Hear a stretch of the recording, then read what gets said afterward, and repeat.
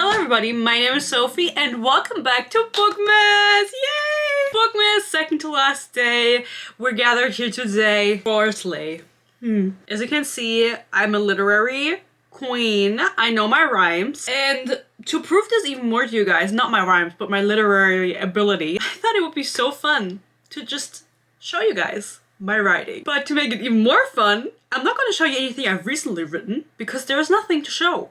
I'm gonna read out to you my Harry Styles One Direction fanfiction from 10 years ago. So, 12-year-old Sophie decided to write Harry Styles, I want to say Harry Potter, I don't know why I would say that. Harry Styles fanfiction at the ripe age of 12, like more 12 than 13, because I was obsessed with One Direction, of course. I was never obsessed with Harry Styles. So, why Harry Styles?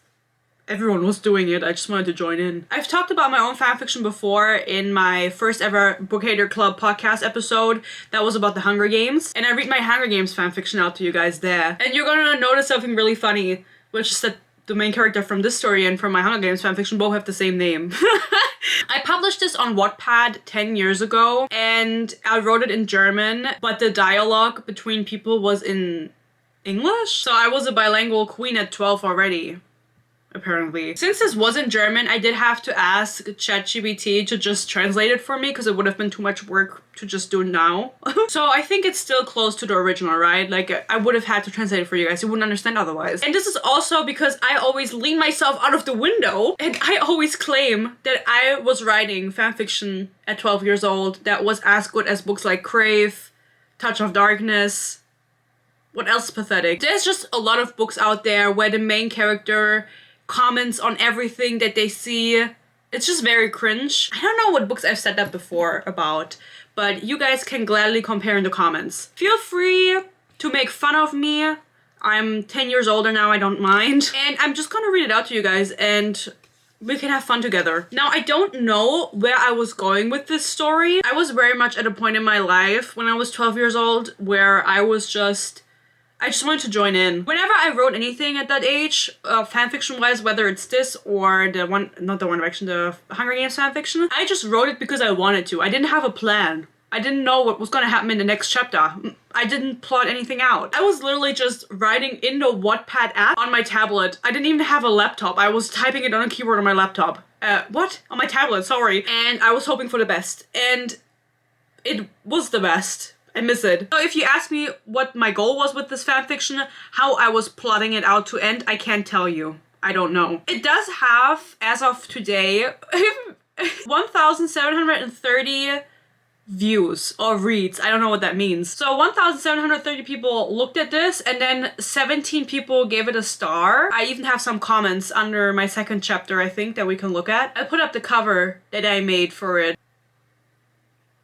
How did you like that? So let's just have some fun, read this out. I also want to say before we get into it, today is day 11 and tomorrow is day 12 and day 12 is the last day. And so today is also the last time you'll be seeing the intro and outro. It will be missed because tomorrow, as I said, is a special video. The intro and the outro will not be included there, just as a hint of what it's gonna be. It's gonna be more of a regular video maybe, but I think it's good to end Bookmas with that video because I've been wanting to make it anyway. So let's read the fanfiction. Again, this is just me reading it out and I can't give you any insight on what was going through my head because this was 10 years ago.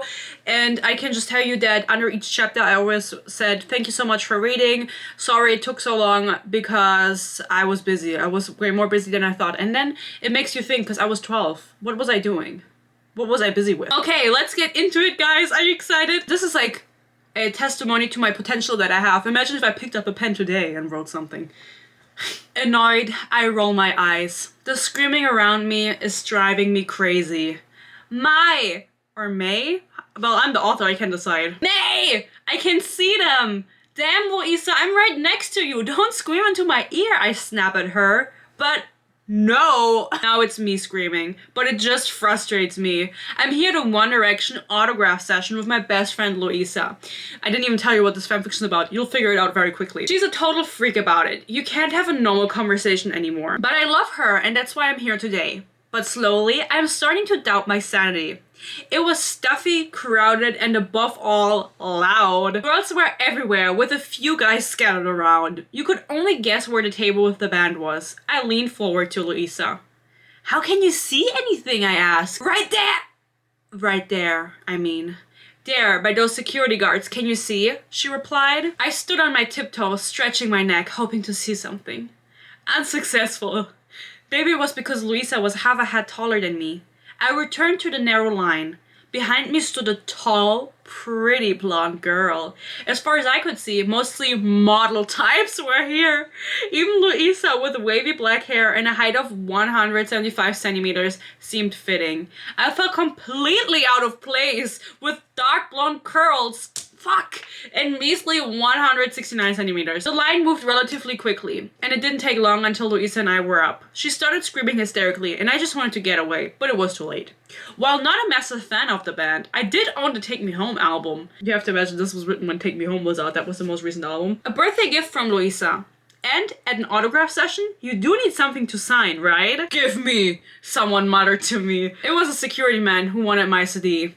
I willingly handed it over. He placed it next to Liam on the table, who wordlessly pulled it towards him with his right hand, looked at me, and signed it. He probably expected me to say something or at least scream hysterically into his face. When nothing happened, he simply smiled at me and passed the CD to Louis. "No scream for me?" he asked, laughing. "I have no reason to," I laughed back. "Okay, sassy." Smiling, he passed the CD to Niall. His blue eyes laughed at me. "Hi, how are you?" he asked, looking at the CD. I wondered how many times he had asked that question before. Not today, just in general in his life, how many times he had asked people how they were. "Pretty well, thanks," I replied. Nodding, he passed the CD to Zane, who simply signed it without a word and gave me a brief smile. Last was Harry. His eyes roamed over my body. I froze. What was this? His green eyes met my blue ones. I was unable to say anything or move. What was happening here? I love that we know nothing. We don't know where we are. We don't know why there's an autograph session happening. We don't know what anyone's wearing. I mean, maybe it's coming up, but I think the reason I wasn't describing the place was because takes place in the UK, and I just didn't know what places in the UK looked like. I had never been the type to keep quiet. I was quite confident, said what I thought, but under Harry's gaze, I felt small and weak. The few seconds I stood there frozen felt like an eternity. He let go of me and nodded. When did he touch me? When did he grab me? A brief gesture that triggered discomfort in me. Everything happened quickly. The CD was handed to a security man. When he noticed I still wasn't moving, he grabbed my arm abruptly and pulled me away. He pressed the CD into my hand and pushed me. "Lars!" he shouts behind me. Lars? Why did I give everyone like German names? Did I do something wrong? Or was it not because of me? A tall man pushed past me. That must be Lars. He went to the man who called him and whispered something. Suddenly, he turned to me, and icy gray eyes stared into mine. What was this? I was starting to get scared, thinking I had done something wrong. Slowly, Lars approached me. "Mrs.?" his scratchy voice whispered in my ear. "Evans," I replied, quietly. "Malia Violetta Evans." Oh my god. Lars nodded. "Mrs. Evans, please follow me." The first thing I thought of when he spoke was Louisa. Where could she be? Wasn't she right in front of me? Whatever. I couldn't spot her among all the people. She'd find her way, I reassured myself. I followed Lars through the sea of screaming fans. It was challenging to keep up with him, but I managed. During our walk, I scrutinized Lars. Tall, strong, quite little hair. I guess he's in his early 40s. We walked for a while, really, until we reached a gray door. Wow. Lars unlocked it and went inside. He held the door open for me, and I stepped in. "Thanks," I said softly. "Sure," he nodded. He pointed to a chair and a lunch table that filled the entire room. 2 large windows provided a view outside. I sat down silently. It was quite cozy, as far as such a room could be cozy. "How old?" Lars asked. 18, I replied. "Alone here?" No, with my friend," I stammered. Why am I stammering now? "Alright, I am Lars Weir, part of the security, management, and bodyguard. Nice to meet you. We're going to wait here a little bit. You can call your friend if you want to." I'm so confused. What did I think when I was writing this? Nothing, apparently. Nodding, I pulled my phone from my pocket, placed the CD on the table. Thank God I have that, right? And dialed Louisa's number. "Louisa Mal, who's there?" "Lou," I began. Bitch, does she not have my number saved? This is not my best friend. "May, where the fuck are you?" Bitch, I was swearing at fucking 12? She screamed, and that's also in a different language, because the dialogue I wrote in English. She screamed into my ear. Calm down, Lulu.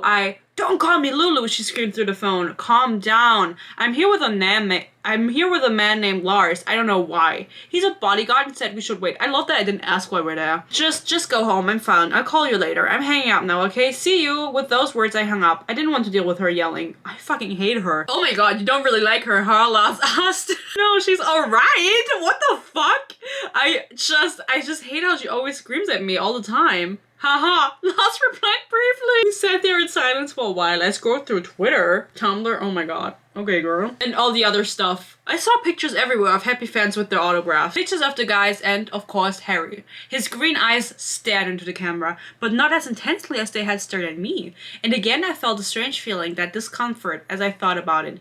More minutes passed until suddenly the door flew open and 3 men walked in. And in the middle was Harry, looking at me with the same gaze as before. End of chapter 1. How do we like it, guys? Do you know what's going on? I think I've said this before, but when I was writing this, and also when I was writing my Hunger Games fanfiction, I didn't fuck with world building. I always criticize other people's books, period, but I always criticize their world building. Is it fair to give the same criticism to a 12-year-old writing about Harry Styles buying her? Probably not, but that being said, let's see what chapter 2 holds. The strange discomfort stirs within me again. A mischievous grin flashes across Harry's face. Sit down, Harry, Lars commanded. Harry turned away and sat in the chair opposite me. He pulled out his phone and began typing. Harry, lay down your fucking phone! This is important, Lars said, slightly annoyed. Calm down, Lars. Everything is fine, Harry replied boredly. I'm not doing a British accent, guys. Fuck you. Placing his phone carelessly on the table. During this time, my gaze was fixed on the curly head. If this turns into a Who's the Super Directioner game, I'd be in trouble. The only thing I knew were the names of the guys and who was who. Oh yes, and I knew the album. Nothing more. Harry, this is Malia Evans. And I wrote Evans with an A and sometimes with an E, so it would be Evans, but I just was switching around, I couldn't decide. Malia, I think you know who he is. I mean, as a directioner, Lars said, winking at me. No, I don't, I replied without thinking. But I do. My camera is out of battery, guys. You will never find out how it continues. Just kidding, I'm gonna charge it. We just established we don't know who Harry Styles is. Oh my god, that's so crazy. What? Lars asked, confused. I stared at him, knowing that the eyes of the others were also on me. Yeah, I know his name, but that's all, I guess. So you're just here because of your friend? Lars raised an eyebrow. Damn right, I replied, and I heard a faint laugh. Apparently, Harry found this amusing. Alright then, Harry. Are you sure you still want her? Lars asked doubtfully. Harry nodded and laughed. Hold on, did I understand that correctly? You still want her? What did he mean by that? I guess Lars noticed I was a bit confused, because I didn't ask before. So, Miss Evans... Oh my god, it says Evan. Evans, and Evan. You can pick one. The reason why you're here is ... pretty easy. So the management thought, Harry needs a new girlfriend. The break without one was too long, you know? And you're here because he chose you. Wait, I said it right away. What if I don't want to? I mean, it's like I said, all I know is his name. Me really thinking I have to like fuck him or something. Oh love, Harry began. Don't worry, we both have enough to know that the necessities about each other. We both get a questionnaire about the other, learn it by heart, do some photos together and act a bit. Simple. Oh, and don't forget the money you earn. Okay. So those were the first words directed at me by Harry. Honestly, I had imagined it ... somewhat differently. Of course, there are worse things than becoming Harry Styles' girlfriend, but being forced into it is a bit different. Well, I get money for becoming famous, for acting, and simply being with Harry. It doesn't sound that bad, but what about all the fans, the hate, the death threats? Oh my god. My family, friends, and most importantly, Louisa, who I don't even like. But I still don't want to, I said firmly. Everyone looked at me astonished. Lars, the men. But Harry just sat there, looked at me and smiled. Oh dear. I wish you had a choice. This is so 2013 core though. Like this is truly, I was part of the epidemic that was Harry Styles fanfiction. I sat on the chair as if I turned to stone. I didn't even know why. It wasn't as bad as I was making it out to be. My gaze shifted to Harry, who had grabbed his phone again and started typing. Bing! My face warmed and a blush appeared on my lips. It was my phone notifying me about something new on Twitter.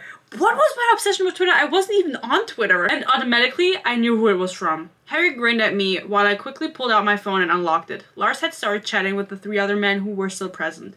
I seemed to be uninteresting. Well, I didn't care. It's probably better that way. Some girls are pretty stupid. Of course, the tweet was from Harry. I rolled my eyes. He could go to hell. I followed him as the only one in the band because I wanted to do Louisa, a self-proclaimed Harry girl, a Feyre, and be able to join in the conversation. Actually, I'm a good friend, actually. Now it was pretty embarrassing. But you know, just because I follow him, why do I have notifications on? Now it was pretty embarrassing. I slipped my phone back into my pocket and stood up. Out of habit, I pushed the chair back to the table, turned around, and walked to the door. Okay, I'm cleaning up out of habit. Okay. Why am I mentioning this explicitly? I would have just left, called Louisa, and gone home. But no, one of the men who had brought Harry here blocked my way. Please leave us your address and your number so we can call you, Lars said. Patiently, I turned around and looked into his icy blue eyes. I don't want to, and I thought I said it clearly enough. Period. No means no, girl. My voice sounded deliberately calm, even though I was getting frustrated. I was tired and I just wanted to go home. Lars' expression darkened. Mrs. Even? And now I've spelled the last name 4 different ways. Let me explain it one more time. Harry chose you to be his next girlfriend, and for doing nothing, you earned money. Come on, it isn't that bad, is it? Just say yes, leave your address and number, and everything is fine. So? Alright, I'm tired and I just want to go home. Where's the paper? When do you call me? I didn't want a long discussion, so I willingly took the sheet and scribbled my number and address on it. We're going to give you a questionnaire from Harry and you. You send us the one about you back and you both learn about each other. Because we can't just have a normal conversation. You've got 3 days. Then please visit us. Why is it so urgent? The address is on the questionnaire. Then we fix the rest. Lars's features had relaxed again. One of the 3 men handed me the questionnaire. Don't forget the CD, love. I hadn't noticed that Harry had stood up and positioned himself next to me. He was at least 1.5, if not 2 heads taller than me. Okay. I love that. Thanks, I murmured and walked to the door. How do you get home? I heard Harry ask behind me. I didn't know myself. My parents lived in Manchester and I was glad to have moved out. Oh. Why? Expecting help from them was pointless. Oh. I had beef with my parents. Louisa was probably angry, and I was too lazy to get a driver's license. With a small salary from the boutique where I worked, it wouldn't be possible anyway. That leaves only the taxi. I'll call a taxi. Well, I can take you with me if it's okay. The question was more directed at Lars than at me. Getting a driver's license in Germany is so expensive. It's like 2,000 euros at least. And so I just imagined that was the same around the entire world. As far as I'm concerned, that is not the case around the entire world. But I didn't know at 12. Great idea, Lars replied enthusiastically. The mystery girl. Who is she? I can see it in front of me. It's alright. Oh, and Miss Evans? Miss Even? And can I call you Melia? Melia, you don't tell anybody. Then I should take a pic with Harry and get an autograph so that my friend believes me, I said. I had to tell Louisa something. Nodding, Lars extended his hand, and I handed him my phone. Smile, you are a couple, don't forget. Already? I beamed into the camera until Lars handed it back to me. I remember this. The laughter disappeared instantly. I remember this, oh my god. Wow, Wow, Lars said approvingly. How long can you fake smile? About ... 10 minutes, I guess. I replied, respect, mumbled. I went to Harry, who was scribbling something on a piece of paper. Here you are. He handed me the paper. For Melia, you're beautiful and funny. It was nice talking to you. I hope I see you again. How the fuck would I know how long I can fake smile and why the fuck do we care? Really creative, I laughed. Gradually, I felt more comfortable. Why? Oh, I'm sorry, Harry joked, smiling at me. Harry, it's late, Lars interjected. Please bring Melia home. Yeah, bye. Bye, I called out and followed Harry out of the room. See you, I still heard Lars say behind us before the door closed. The hall was completely empty. No more screaming girls. Where did they go? It was hard to keep up with Harry, but I managed. We left through a side entrance, and the cool evening air greeted me. We walked to a black Range Rover. Why the fuck did I know what a Range Rover is? And Harry held the door open for me. I hesitated slightly before getting in. Thanks, I managed to say. Without replying, Harry closed the door. The driver's door opened, and he dropped into the car. His door was also closed, and the engine started. Where do you live? Harry asked. Waterloo Street. This is truly like a 12-year-old who doesn't know anything about fucking England. Waterloo Street, obviously. I replied, well, let's drive you home, beautiful. Is there even a Waterloo Street in London? There's a Waterloo Road. Well, I fucked up, I guess. We hadn't even been driving for 2 minutes when Harry started asking me questions. Where are you from? From Manchester, I replied, staring at my hands. Do you live alone or with your parents? Alone. And your friend? Who's she? The black-haired one before you? Yes, her name's Louisa, and she's like your biggest fan. A smile crept onto my lips as I thought about her. I think she's crazy. She screamed in my face. My ear still hurts. Just one of them. The amused undertone in his voice was unmistakable. Doesn't that happen all day? You think your fans are crazy? God, I'm exposing him. My gaze shifted to Harry. Yeah, it became normal. Haha, and sure, some tweets meant crazy. If they were normal, it would be pretty boring, I guess, but Louisa's voice is it just has so much volume. I couldn't help but laugh. Harry grinned and shook his head. The rest of the drive was silent. We drove for another 5 minutes until we turned into Waterloo Street. Which house is it? Harry asked. The grey one on the left. Harry slowed down in front of the house. I grabbed my CD and bag, which I had placed in the footwell, and I was about to open the door when I hesitated. I turned to Harry, but saw that he had already gotten out. So I followed suit and walked to the front door when Harry was waiting. Thank you, I said. Sure. He made no move to leave. Do you want to go to the toilet? Are you thirsty? Oh, why don't you fucking leave? No, it just says, why don't you leave? I asked, slightly annoyed. It was late and I just wanted to go to bed. How late is it? Harry pouted. I want a hug? He spread his arms, expecting a farewell embrace. I had known him for just over an hour. That was really fast. Why is it so late then? If people hug in situations like this, would it be rude to just say goodbye and disappear? Hesitant, I looked at him. He wouldn't leave until he got his hug. So I quickly hugged him and then promptly closed the door. Bye, Harry. Good night, May.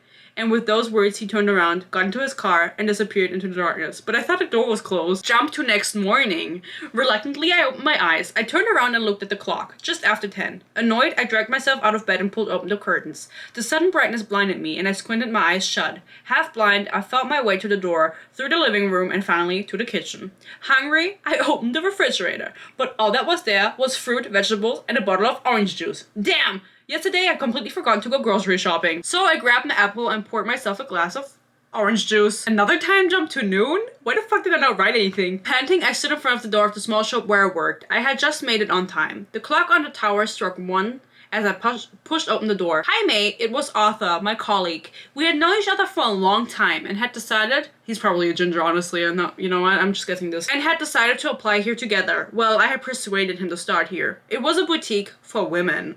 Ew, Mad can't work there. Hi, Arthur. Is Gina here? I asked. Gina was our boss. She was always in a good mood, which might also be because she was only 23. Girl, I'm turning 23 in less than a month, and I'm always in a bad mood. That's just what I imagined 23-year-olds to be like when I was 12, you know? We were allowed to call her by her first name, which was also not common. It's pretty common now, girl. And I had even become such a good friends with her that we had often gone out together. I'm bi? Nope, she's ill. Nothing bad. Oh my god. I placed my bag behind the cash register with Arthur and grabbed the box of... Oh my god, my bag by the cash register so I can just put the money in my bag. And grabbed the box of newly arrived jewelry that I had to sort. Some time passed. A woman came and went as I sorted and tidied up various items. May! I abruptly turned around. In the doorway stood Louisa. She looked quite angry, but she was almost always like that when someone left her standing. She usually calmed down after about 5 minutes. Hello, Louisa. Nice to see you. I missed you too. I said with an honestly, I'm in the wrong here. I don't know why I'm being sarcastic towards her. I said with an exaggeratedly friendly tone. What happened yesterday? She's yelling. This is all caps. Why didn't you call me? She yelled as she approached. Calm down, Louisa, Arthur said, annoyed. She turned to him. Shut up, Arthur. Oh my god, girl. Lulu, he is French. You have to pronounce his name in French, I explained to her. She always pronounced the name wrong, no matter how many times I told her. I don't care. So, honey, you want to know what happened yesterday? I asked her. Why am I calling my best friend honey? And why is this dude French? Because I wanted it to be like, Arthur? Yup. Look, she looked at me expectantly. I was bad at lying. Why didn't I call her last night? I don't know. She was good at spotting liars. If I were to become Harry's girlfriend, everyone had to believe it was real. But what else could I tell her? That's how it ends, guys. That's how it ends. And you know what? Now I feel bad that I left all of my fans hanging on the cliffhanger, but I probably didn't even know myself what I wanted to write. Now, I did have a few comments. So under chapter 3, actually, I had 2 people comment. Mrs. Sue said, the moment when you're jealous of a girl in a story, I love your writing style. Thank you, Mrs. Sue, if you're watching this today. Look how far I've come. And then someone else said, oh my god, your story is so cool. Please continue writing quickly. I don't think there was any drafts on my account saved either. I couldn't remember the login. I'm sorry. To see if I had like any drafts saved for next chapter. I was just happy I could find it again, that I remembered the name of it. So guys, after reading 4 chapters of Harry Styles fanfiction where you get to know exactly nothing Basically, like, this is nothing. Do you think I slay? This is just really a great example for what 2013 was like, I think. What fanfiction 2013 was like. And then comparing it to books that get published now, I think I have proven myself now. Like, I have given you guys a base on why I'm eligible to judge authors, because this was still better than those books that I read now. And this was written when I was 12. Imagine my potential now at 22. Imagine it. Just imagine it. Keep imagining it, because you will never find out. I will never write a book. That's a very strong thing to say. You know what? Maybe I will write a book. Maybe I will sit my ass down and write a fucking book. And what then? What then? No, guys, I don't know if I would ever write a book. You know me, the only book I would ever want to write, because I do have ideas, of course, would be a booktok book where I just use all of the tropes just to prove that it's possible. Or that it's easy is a better word. So that's it. That's all of the fanfiction. I'm hoping that you enjoyed this. Let me know if you wrote any fanfiction when you were 12, or not even when you were 12. You can also write fanfiction at 22, of course. Do you think I have proven myself to be a great writer now? Tomorrow is the last day of Bookmas. As I said, the last time you'll see the outro is today, so you better cherish it when it comes up in a second. Tomorrow will be a special video. If you've watched until this point, I'm gonna tell you what it is, because not everyone watched until the end, so you deserve a little treat. Don't spoil it in the comments. Don't spoil it. I'm gonna post my Nightbane review tomorrow as a special video, and since that's a review and more of a general video, I will not be putting the Bookmas intro and outro, but it's still like the 12th day of Bookmas, the present for the 12th day of Bookmas, because people have been asking me about the review, and I finished that book last month at the end of November, like the 22nd, I think. And so it's been a while, and I've been kind of trying to figure out timeline-wise what videos I want to post when for the next few days in December, and so it just made sense for me to finish this with the Nightbane review, so that's out of the way. Then we still have the Check and Mate review, the 24-hour reading vlog with the dog romance books, and also the ranking video. Of course, those are set videos that are gonna come out this month. Love you guys. And then we'll see what else December brings. Ho ho ho!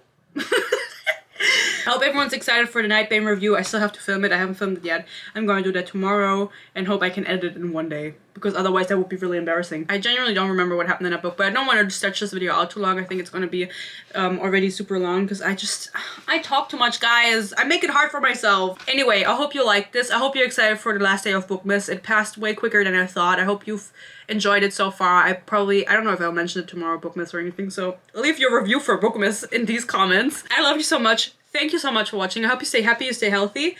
Peace and love, and hopefully I'll see you tomorrow. Bye bye.